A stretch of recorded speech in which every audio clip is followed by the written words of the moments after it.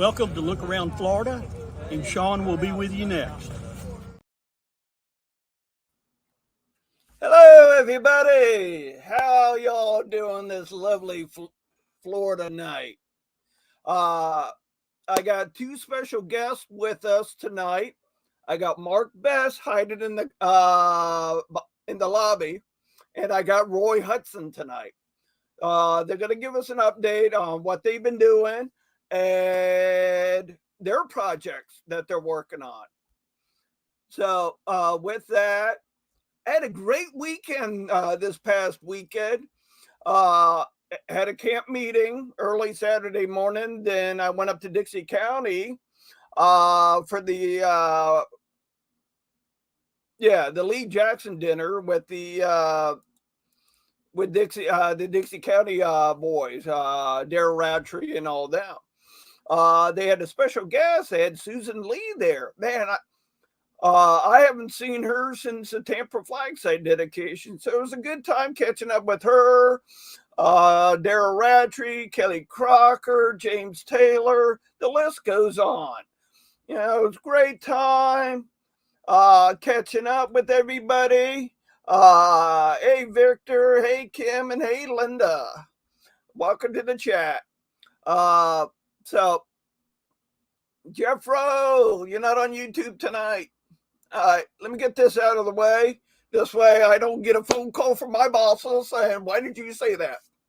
So, disclaimer, anything in, most of you know me well enough, anything can fly out of my mouth at a moment's notice. So, with that being said, let's bring Mark Bass and Roy Hudson up to the chat. Hey, gentlemen, how y'all doing tonight? Hello, Sean. What's going on, Roy?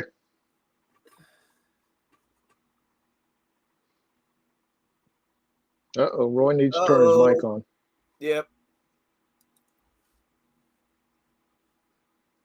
We can see you, Roy, but we can't hear you.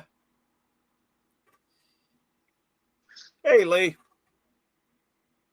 Linda, no sound coming out of Roy.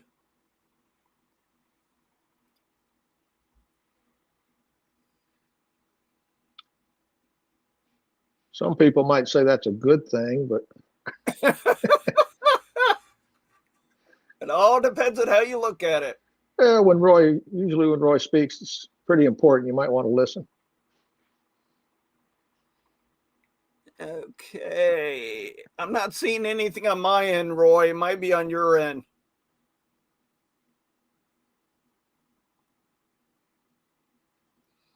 I know Linda. Type Linda.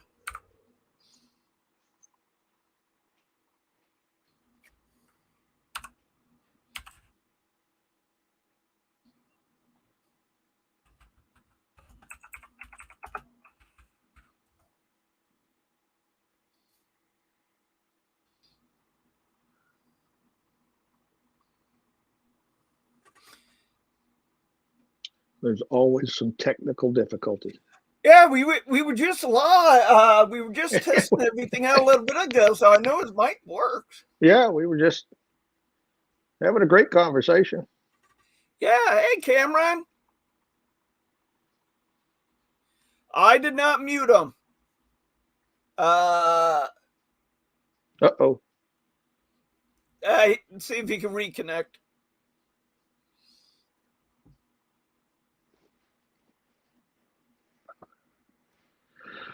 All right, Mark, what you been up to? I have been very busy.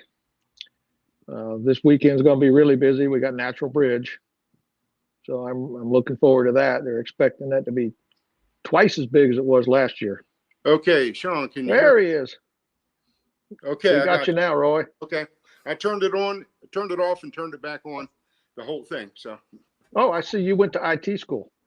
Yeah, this happened the last time, and Sean told me what to do. It's always something. Always. No, anyway, we got Natural Bridge coming up. I've been busy in 3rd Brigade, getting headstones for unmarked veterans, attended camp meetings, pushing the Guardian program. That's really taken off. That's a program I'm very excited about. Yep, wrong. Yep, got yours. Yeah, I was proud of that.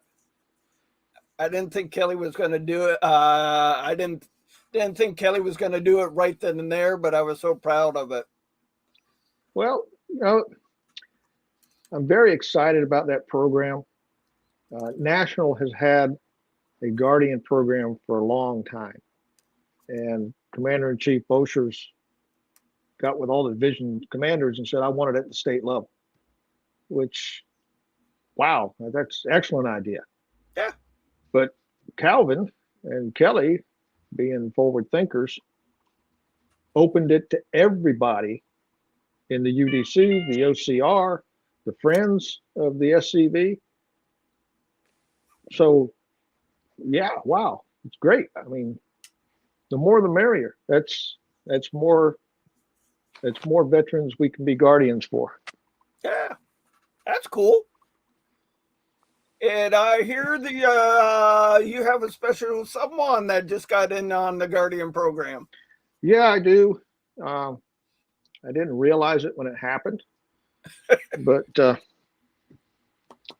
my wife, who is Lisa, who is president of the Marianne Harvey Black Chapter Number 5 OCR, I was filling out my application, and mine is for Charles Blake, who's over in Old City. He's a ninth cousin.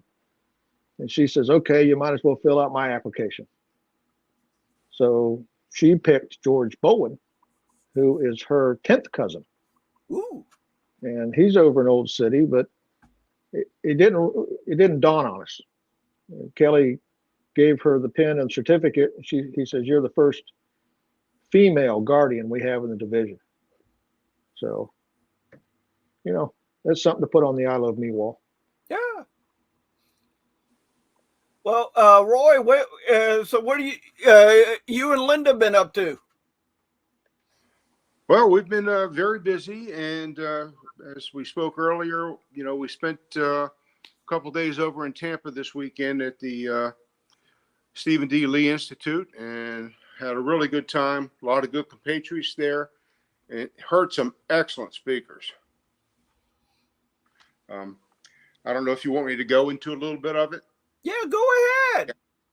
Well, there were a lot of speakers, and they all were very good, but a couple of them that really I really enjoyed hearing. One is the Dr. Ann McLean, and for those of you that don't know who she is the one that was appointed to the Virginia Historical Commission by Governor Youngkin, and when in her hearings where they have to certify her from the state senate or whatever, she mentioned that Abraham Lincoln invaded Virginia with 75,000 troops, and she was unselected for that position.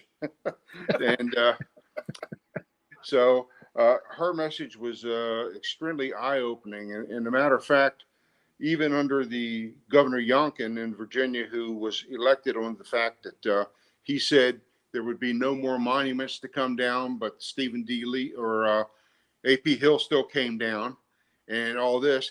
Apparently, there are several $1 million sitting in an account right now for redoing the historical plaques. Of all the historical places in the United States, Virginia has 65% of them. And I didn't realize that until she gave the speech. But one of the things they want to do with these renaming plaques is any place that has the word plantation in it, they're going to change plantation to internment camp. Yeah. So there's a big fight going out there, and we only get bits and pieces of it, but these are people that were on the inside of it. Another really great lady, it was neat to talk to and listen to her presentation, was Teresa Roan. And Teresa Roan, don't know if you guys know her, but she is a member of the UDC, and she's also a woman of color. And she gave a really moving story about going to a particular battlefield where she knew her ancestor fought and built fortifications there. He was a free black man, wasn't a slave. He was a free black man. And when he got there, the plaque read, "These walls were built by slaves." And she said it made her cry because, and she wrote them and said, "Hey, my grandfather or great grandfather was a free black man. He chose to fight for the Confederacy." And anyway, her stuff was really moving, and her background, besides a lot of stuff of the fight on Monument Row, is she worked for 7 years in the Museum of the Confederacy. So she is a wealth of information. So those two speakers alone made it really worth our time. And then, of course, we had Ronald Kennedy. You know, we all know our chief of heritage operations. He had the place going like a Baptist minister, so he had things going pretty good. And we had some other really good speakers that talked about stuff. They even had Ed Hooper, who was a professor in England, in London, came by wire and did a presentation on this movement against erasing cultures. And he talked about they're doing it in Britain, and they're Marxists, and they're trying to erase American culture. And again, we all know we're the low-hanging fruit. So those folks are great to talk to. And then we had a legal panel of attorneys. Most have been involved, all of them have been involved with fights for preserving our heritage and for preserving our monuments. And Scott Hall, who's the attorney for the SCV, kind of ran the panel. And they had Kurt Lyons, Jay Hinton, Dave McAllister, and Martin O'Toole there. And it was eye-opening to what these people have been doing in the fights they've had on their hand. And the one piece of news, which isn't secret anymore, but you guys already know, that the SCV has got involved in the Arlington fight, which it's been a long time since we've been in a fight so significant as this. And I know that the SCV has been talking to descendants of people that are buried at Arlington, because one of my great-great-grandfathers is buried in Arlington, not far from that monument. So I know they've talked to me. They're talking to others right now. So there's a whole lot going on. There's a lot of good information at the Steven.d Lee. It was a really good time. The only thing I didn't do was take the bus tour on Sunday, because I'm from Florida. I've been to the flag site, and I know what it looks like. But besides that, it was a good time. A lot of our national leaders, of course, Mr. Boshears was there, and the Kennedy twins were both there, and Adam Southern, our executive director, was there. So there were a lot of people from headquarters that came up for that. I think they had 60-some attendees, which was pretty good, because for a while they were worried about making the numbers, but they had 60-some attendees, and it was a good time. So we're pretty excited to get that out of the way. And I told you I'll be traveling this weekend up to Tennessee for the GEC meeting. The following weekend, I guess I'll be meeting Mark and Kelly up at AOT training in Alabama and Foley. And then the 18th of the month, as you know, Sean, we've got the mechanized cavalry ride here, and looking forward to doing that again for those that are thinking about doing it. It's an easy location to find. We're leaving from Camp Holly, which is, if you get off of 95 at State Road 192 and you go westbound a couple of miles, Camp Holly will be on your left. We're going to meet there. If you're interested in breakfast, get there at 8 or 9 o'clock. And the kickstands up will be at 10 o'clock. And we got about a 150-mile route through the Florida countryside planned out for everybody. And we're going to end up at Long Dogger's restaurant up in Palm Bay, which happens to be owned by a SCV member. So we're looking forward to that. Should be a good time. Hopefully, good Lord will keep the monsoons away from us, like last year where we got canceled because of the hurricane. So anyway, that's kind of what's happening on my plate right now. And Now, Roy, I'm like you guys, busy. Yeah, Roy, quick question. What if an SCV member wants to come with the ride, but they don't their car or truck, they don't have a cycle? Bring it with them. We don't care. I just, we more fellowship, and I don't know how many people we're going to have turn out. I know we got a couple of boys coming down from Jacksonville. We got a few from my camp that are coming. So I don't know whether we're going to have 8 people or whether we're going to have 20. or more. I just don't know. It's out there on the interweb. You've been talking to it, talking it up. I've sent it to other places. I've emailed it out on our camp website. Yep. So it's out there, and we're just looking for some fellowship. A lot of the mechanized cavalry people have always said, and I'm one of them, we don't have enough rides in Florida. We don't have enough get-togethers. And, when David King appointed me sergeant over here a couple of years ago, I said, that's one thing I'm going to do is, at least from this end of the state, is try to put on at least 1 or 2 rides a year so we can get some more saddle time with our brothers. And hopefully this will be the first of many. Right. Sounds like it's going to be a great time. Oh, yeah. And if you haven't been to Camp Holly before, it's pretty cool. It's a restaurant bar type of thing. It sits right on the river. They have alligator tours on airboats out of there and all that kind of stuff. So it's a pretty nice little place to start your morning. Well, Cameron, Beth, Jeffro, Victor, Delyn, welcome to the chat. Jeffro said, Roy, he missed you Sunday because him and David was at the flag site Sunday. That's the reason I didn't go there Sunday. I didn't want to see Jeffro or David.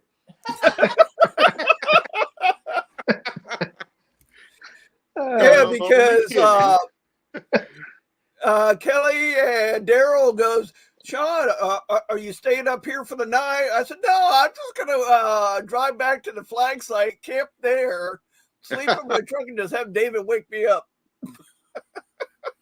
Well, I don't know if David did it. He said he was going to hand everybody showed up a rake and some cleaning equipment. So he did. It was Jeffro that was doing it. Yeah. Yeah, because cousin Vinny went by the flag site, but that's the only person I know based on what he was telling me in the pictures he posted online.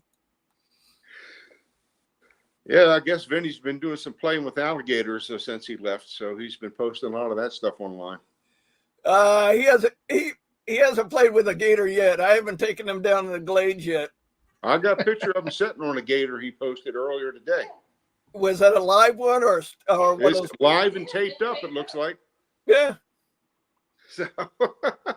Well, he could have went to the gator thing there in Orlando on his way home. Well, we had one of the guys that showed up at the SD Lee who was a gator hunter and has a gator business, makes gator belts and stuff. And he said he had some traps out, so I don't know if Vinny hooked up with them or not. Probably did. one of the guys from your part of the state. Mine? Yeah. Interesting. The St. Mark's camp, their commander is a nuisance gator trapper. Yeah, I believe that's what this guy was. And I think he's from, I know Tampa or somewhere south of Tampa. Yeah. Oh, Jeffro just said it. Captain Phil. That's it. Yep. Yeah. Jeffro, is he from your camp? Because I don't remember that name. Whose camp? Mine? He's not from mine. No. Jeffro's. Oh. The early camp. Phil Walters' camp. No, is that his name, Jeffro? That's his name, Phil Walters. Oh, okay.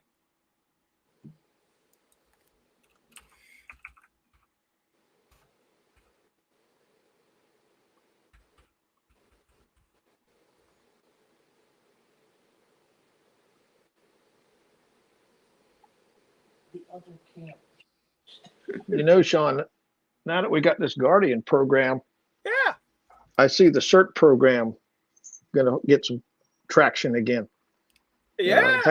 Having to clean these stones, people need to know how to do it properly so we don't damage them, cause any further problems.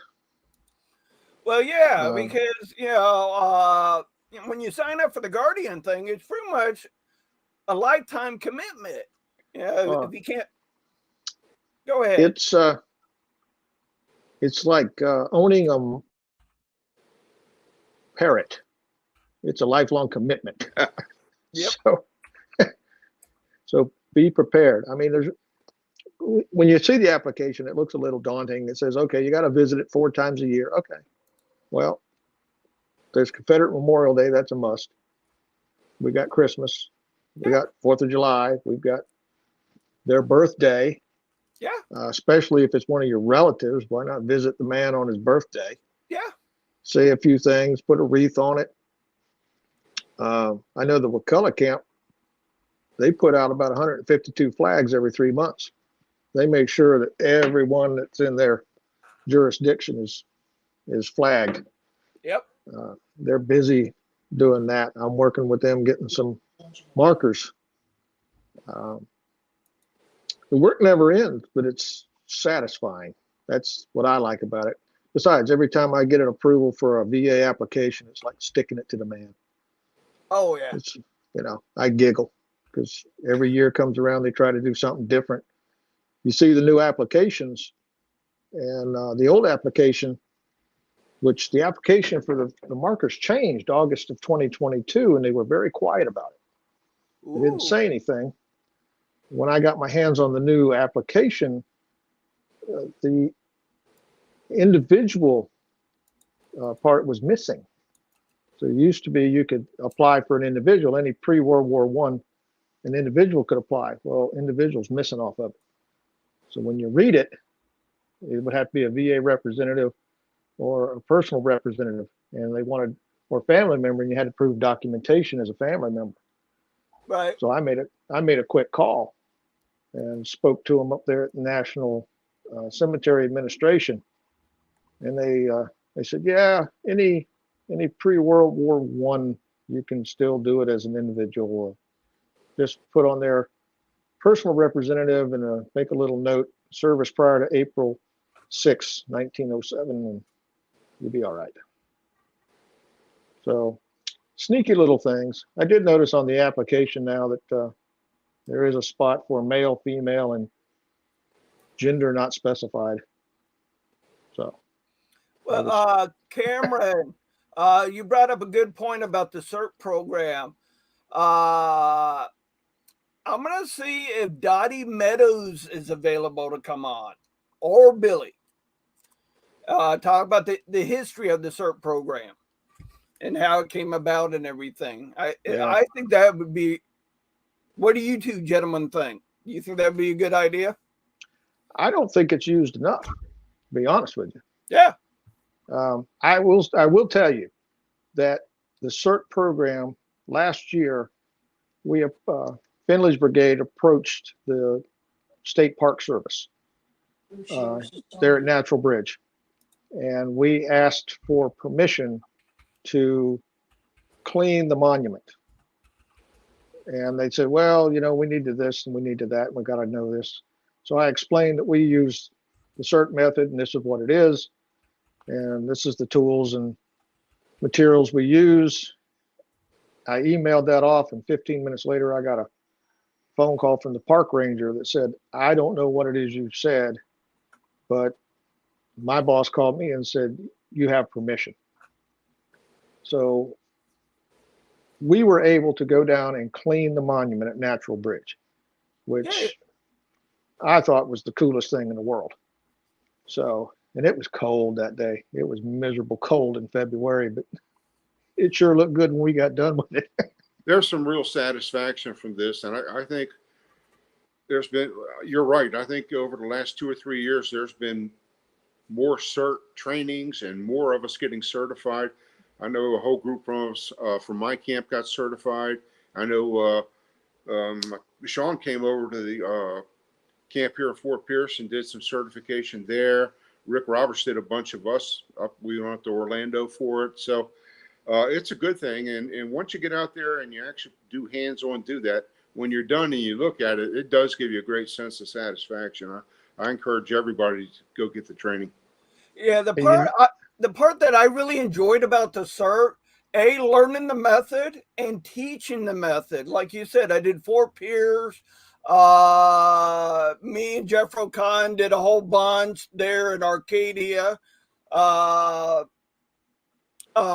went up to Kissimmee did Al Massey's camp. He's going to be the speaker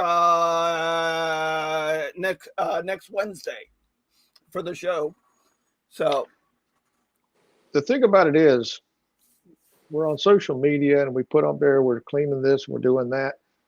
You never know who's watching, because I was approached, I actually sought out by a UDC chapter in Thomasville, Georgia, whoa, and asked if we would use the CERT method to clean their memorial in Laurel Hill Cemetery, which we're in Florida. Okay. And granted, Thomasville isn't that far away, but when you have a group from another state reach out and go, we heard about this, we heard you guys are the ones that do it, can you help us out? Well, absolutely. I don't care where you are. We'll help you out. We'll teach you how to do it. So I'm looking forward to doing that one and getting in there. When the thing about the CERT program is people see results, and I don't know what you call it, but they get a sense of pride when they're done with it.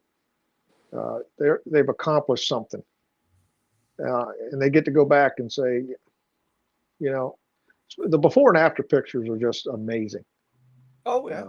You can't even read these things in a few minutes of scrubbing and rubbing, and next thing you know, now you can see the man's name. That's what I like. That's what I do. Hey, That's what Mark, gets me. that reminds me, I got to do a follow-up for that the one you sent me last year. Which one? Oh, that guy. No, that guy for that lady that you had worked with. Yeah, I know who you're talking about. Yeah, I know where the grave is. I just can't remember her name. That's Kathy. I think so. Yeah, but there again, I was contacted for that. Yeah. And I said, I'm not there, but I know the guy. So I threw you under the bus and blew the horn and waved for everybody so I could attract a crowd. But yeah, you don't know who's watching. Exactly. Yeah, like our commander in chief, he's in the chat. Like he has said, if not us, who? Exactly. Yeah, and I love what Kelly Crocker says, and I kind of take it to heart. In 50 years, no one's going to know we had anything to do with this, but they will know that that guy was a Confederate soldier, and that's where he rests. I'm amazed that when I talk to people about joining the SCV, how many of them don't even know who their grandparents were? Well, he was Papa and she was Mama. You don't even know their names? They had to have the same last name as either your mom or your dad. Come on. Maybe not necessarily. But I had a gentleman the other day that we were talking about it, and I keep Fold 3 and Family Search on my phone. I said, you're from around here. You must have a Confederate in your blood.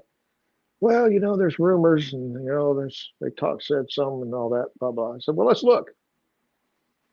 It took me 20 minutes, and I found his third great grandfather, who was actually a member of the 1st Battalion Special Cavalry.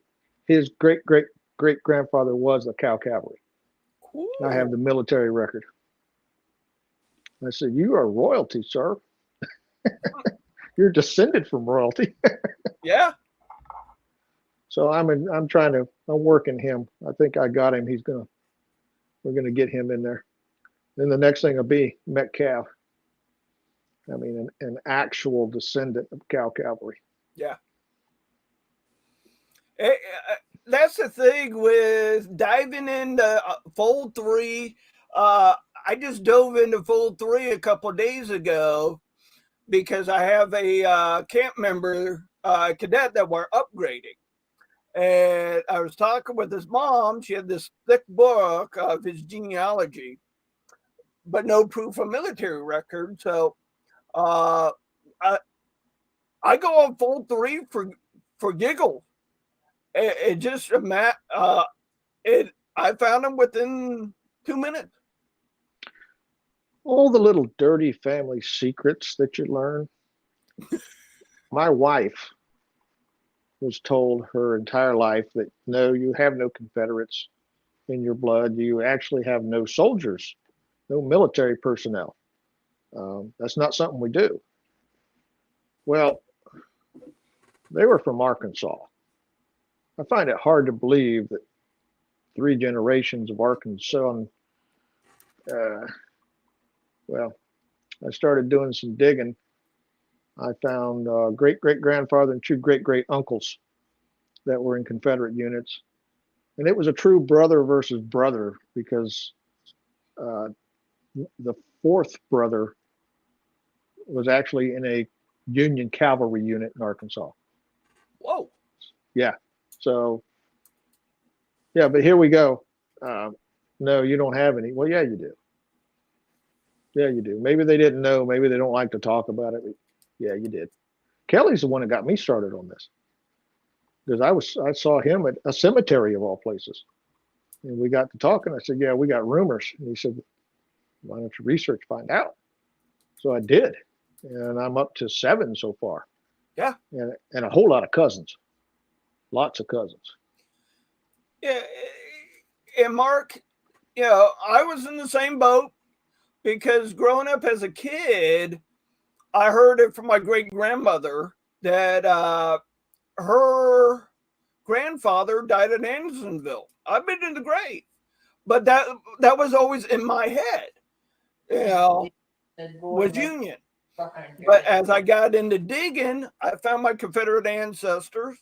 I was doing a reenactment of the Battle of Fort Myers and was talking to the Sons of the Union veterans, and they weren't really active. And a friend of mine saw me and said, "Sean, come over and talk to these guys." You know who he is, Mark. You worked with him. But he said, "Come over and talk to these guys." You know, I said, "What?" You know, yeah, we're the AC Myers camp, Sons of Confederate Veterans. Like, cool. I said, "I don't know if I have any Confederate ancestors. You know, what do you guys do?" He goes, You ever driven by the cemetery in Buckingham?" Like, yeah. He goes, "You know how there's a couple markers there?" "Yeah, we installed them. We've done this, we've done that." I'm like, wow, how can I get in on that? And they helped me. They helped me do my genealogy and found out one of my ancestors is Captain James McFall with South Carolina Palmetto Sharpshooters. I would never knew that. How about you, Roy? What's your story with your ancestor? Well, I grew up in a household where I was told from the day I was born pretty much that we were Confederates and we were Southerners and very proud of it. So my granddaddy, who matter of fact, he died 60 years ago today at 10:45 at night. He was born during Reconstruction in the 1870s. So his daddy was a Confederate soldier. So I heard about stuff from the get-go. And being a Virginian, I've got both of my parents, their grandfathers on both sides were Confederate soldiers, and some of their great grandfathers were Confederate soldiers. So, you know, once I didn't learn about the SCV until the late 1980s. I think I've told the story before. I was reading a Civil War magazine, and I read an article, and the guy who wrote it said he was the commander of a Sons of Confederate Veterans Camp in Virginia. And I said, "What is that?"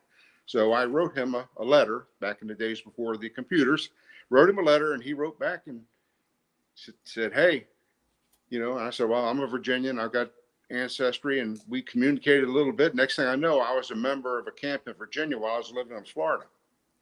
And a couple of years later, since there were no camps around me, I started a camp in Fort Pierce, probably in '92 or so. And the rest is kind of history. But I've been studying the war between the states since the 3rd grade, and I've got ancestors. I keep finding more ancestors. I got at least 14 at this point that I know. And most of them were poor farmers and were privates that didn't have any generals or any of that kind of fancy stuff. Most of them were like there were 6 Hudsons, my dad's grandfather and a couple of his brothers and a couple of his cousins all were in the Amherst Light Artillery and Kirkpatrick's Battery, the second gun. And a couple of them were, including my great grandfather, were wounded at Cold Harbor. That piece got hit pretty hard at Cold Harbor. But I've got them in Mosby's Rangers. I've got them in Garnett's Brigade of Pickett's Division. Made the charge at Gettysburg. Matter of fact, that one's the one that's buried at Arlington. So I've kind of been raised with it. I've got pictures of me being about 10 years old up in the mountains with my mother standing behind me waving a battle flag. So it was no secret in my household. I knew at a young age that there was something special about my ancestors. It wasn't talked about much, but I felt there was a connection there somehow. I mean, I'm 4th generation Florida cracker. So when I found out, I was like, oh, I've just hit the pot of gold at the end of the rainbow. But this is what disturbs me so much about erasing history, changing the names. The Reconciliation Memorial in Arlington, the clue is in the name, reconciliation. Absolutely. And now they've decided we're going to wipe it away, and that'll make everybody happy. Well, no, it won't.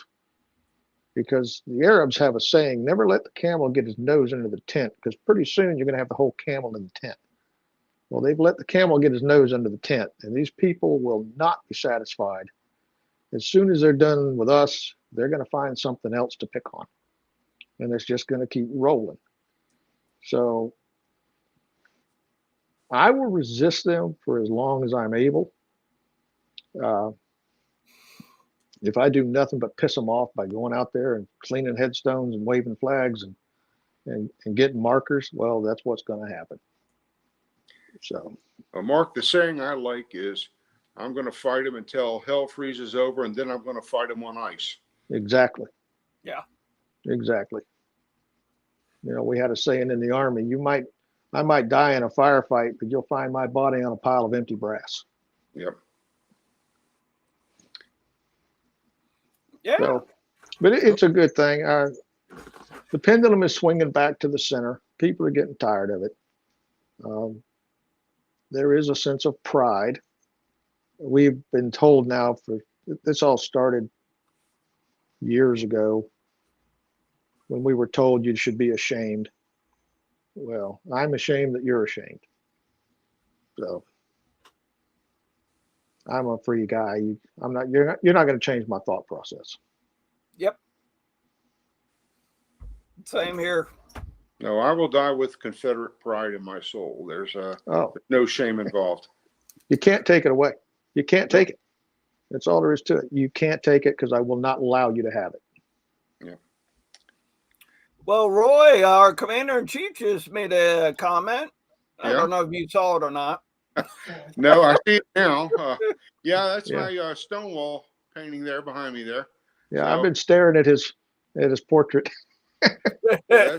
That's Stonewall. There are several around the house. Linda says I can't buy any more because there's no more wall space. It's one of many in your collection on the living room walls. But I need a bigger house. Well, there's one in Elm Springs. There you go. But yeah, I'm looking forward the next couple months. Roy, I know you're going to Arkansas. Mark, are you going to Arkansas? Yeah. Well, I'm going to Alabama, Foley, Alabama. I'm not going to be able to make reunion this year. Next year. Yeah, next year is in Charleston, and I got to contact HQ on a distant cousin of mine to see if he's still alive, if we can meet up again. Because it was cool meeting up with him years and years ago. He's a direct descendant of Captain James T. McFall, South Carolina Palmetto Sharpshooters, direct descendant. Mine is, Well, that's what gets me. Um, I just assisted in putting together two big programs, one for Thomas Jefferson Bruton over in Bainbridge. Kirby Smith Camp came all the way from Jacksonville. Yeah. We had a lot of Metcalf people there. It was great. And I got to meet descendants of Captain Bruton. And then we did another one over in Greenwood, Florida for Alfred Nichols. The thing that I like about it is it takes a village, because there was us in Tallahassee, there was Rick Roberts over in Jacksonville. There were other people involved to make it happen. Everybody came together to make this happen. We are division strong. So I'm working on one now. I've got 6 markers, sitting on my trailer right now, waiting to go to Weewa Hitchka that Rick Roberts has put together. And he got what he said. I need somebody to pick them up. I got them. I go get them. So we'll give them over to Weewa and get a crew together and get them bad boys put in. Yeah. So, one man can't do it. It takes everybody. It takes consideration. Yes. And we do work well together. Everybody. I have not been denied anything from anybody. If I said I need help with this, the hands go up. Call me. It's just like White Springs. Captain King called me and says, I need a speaker for White Springs. I'm not sure what convinced Captain King that I was a public speaker, but I'll do my best. But it's great. I sleep good at night, knowing that I've done something positive. And again, 50 years from now, nobody's going to know I had anything to do with it. But that marker is going to be there. It damn sure is, because I put it there. And my buddies, my SCV brethren, helped put it there. So until the day that they decide that all Confederate markers will be removed from national cemeteries, we owe it to those guys. They deserve it. Absolutely. Yep. Amen. Okay. What, Linda? What? Oh, okay. Had to look at it again, Miss Hudson. But yeah, I mean, there's a lot of cool things going on with the division. Let me do this. Let me do this, Sean. You were at White Springs. Yes, sir. I challenged the Florida Mechanized Cavalry to make every member a guardian. I have challenged the 3rd Brigade to make every member a guardian. Mm-hmm. I want every brigade in Florida to have 100% participation. How cool would that be? That would be cool. We have enough graves that need somebody to take care of them. When you look at the numbers, like I said, Wakulla puts out 152 flags. Yeah. Just in Wakulla County. Okay. Down in Old City Cemetery here in Tallahassee, there's enough markers in that cemetery that every last member of Finley's Brigade can have at least 2. Yep. So there's no excuse of I can't find one. Reunion, they should have their 100th headstone. Yep. They're out there. They're out there, and there's more to be done. There's more to be marked. Yeah. I would hope that when I die and get to heaven, they're going to meet me at the gate. Yeah. And I hope somebody puts one on mine. which I may have to change my mind because if I get put in the National Cemetery, they won't allow the marker. But so I may have to find me another spot because I want the Cross of Honor. Yep. Yeah, that's with me is, I mean, if you watch some of my short videos on YouTube, I did a short one for Buckingham. And, Yes. and, you know, when I'm gone from this earth, I hope somebody steps up to the plate and take care of helps me take care of that cemetery. You know, one of the things that I'm rather proud of, I'll brag a little bit. One of our members passed away last year, and the widow asked us if we would be kind enough to provide honors. Well, sure. Well, he's going to be interred at the National Cemetery. Okay. So I started doing some research, and I made phone calls to the cemetery and said, this is me and this is what I want to do. And they said, let me check. We were able to do Confederate military honors at a national cemetery. Yeah, that's probably the first time that the Army of Tennessee and the 1st, 2nd, and 3rd national flag has been flown in conjunction with the federal flag. So, well, I just got breaking news from our commander-in-chief. Outstanding. Inch markers for SCV members to put on their graves, looking at the design. That's great news. I want one. Yeah, Me too. I want one. Here. You got 3 sold right here. I've Give me already one got now. a marker. All I need is the cross, and I'll be good. That's right. Hey, I'll give you my birth date. We'll have to hold off on the death date, but okay, just a minute. Well, My little dog says it's time for me to go out. It's almost time for me to go out too. Yeah. So, if nobody has anything else that they want to discuss, we could call it a night. Okay. Well, it's always good to talk to you, and I want to congratulate you again, Sean. You've done wonderful things down in 15th Brigade. I'm trying to get 3rd Brigade. I've got some wonderful camps here in 3rd Brigade. These guys are working hard, and I want them recognized for what they're doing, because everybody likes a pat on the back every now and then to know that what I'm doing is worthwhile. So we just keep plugging along. The Southeast Florida Command, Sean, that and I was going to give you something later on it, but we are going to be having our 2nd officers call of the year for Southeast Florida, which will happen April the 29th. And I'll send you notice before we do it, but yeah, we're doing good things over here on the southeast side of Florida also.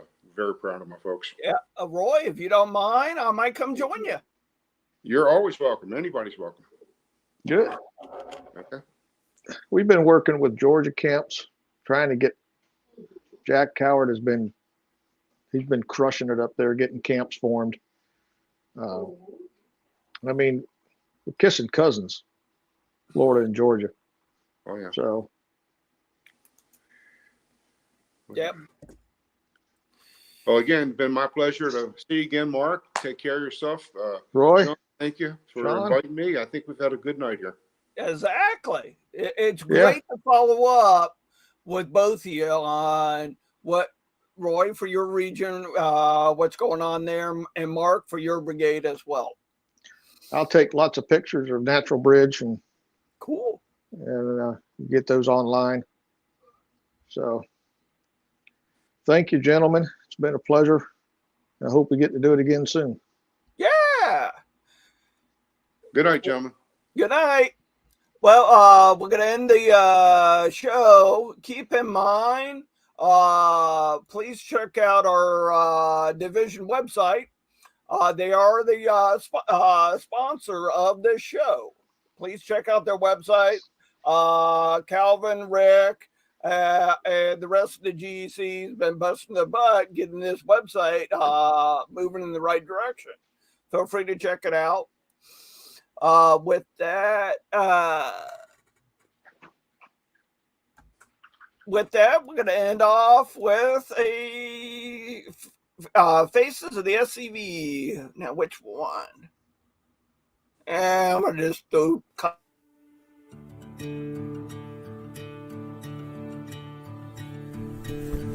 My dad told me he always had a kinship to the battle flag. Always growing up, he knew there was something there, but he couldn't put it together. I called my 97-year-old grandmother, and I asked her, do we have any soldiers in the family? I gave her 3 descriptions. Verde, which means green for modern-day soldier. Blue, azul, or gris, means gray. And she said, mijo, which means my son in Spanish, is gris. It was gray. My great-great-grandfather was named Andres Torres Rodriguez. He was born in Mexico. He was a laborer. And he was an 8th Texas Infantry. And his unit later on got incorporated to the Texas 33rd Cavalry under Santos Benavides, who was the highest Mexican-American Confederate officer. He was a colonel. There was over 13,000 Hispanic soldiers throughout the Confederate States, but out of those 13,000 were 2,500 Tejanos. And it's 2 words combined.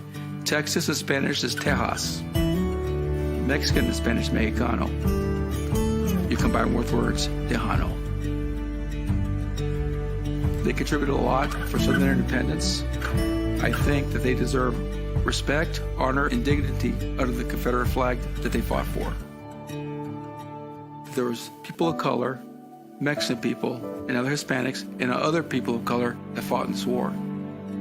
Everyone's reason was different, but primarily they fought in this war for their independence and to protect their homeland.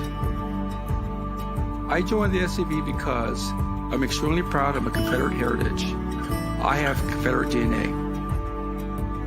I just want to ensure that the present generation and future generations know and never forget the contributions of Hispanics in the War of Northern Aggression.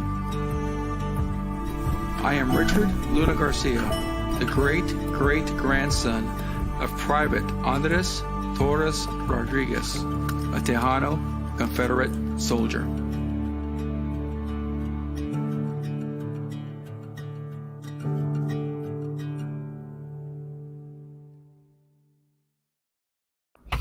Thank you for joining me tonight. Stay Southern. Don't let them grind you down. Keep flying the flag. Have a good night, y'all.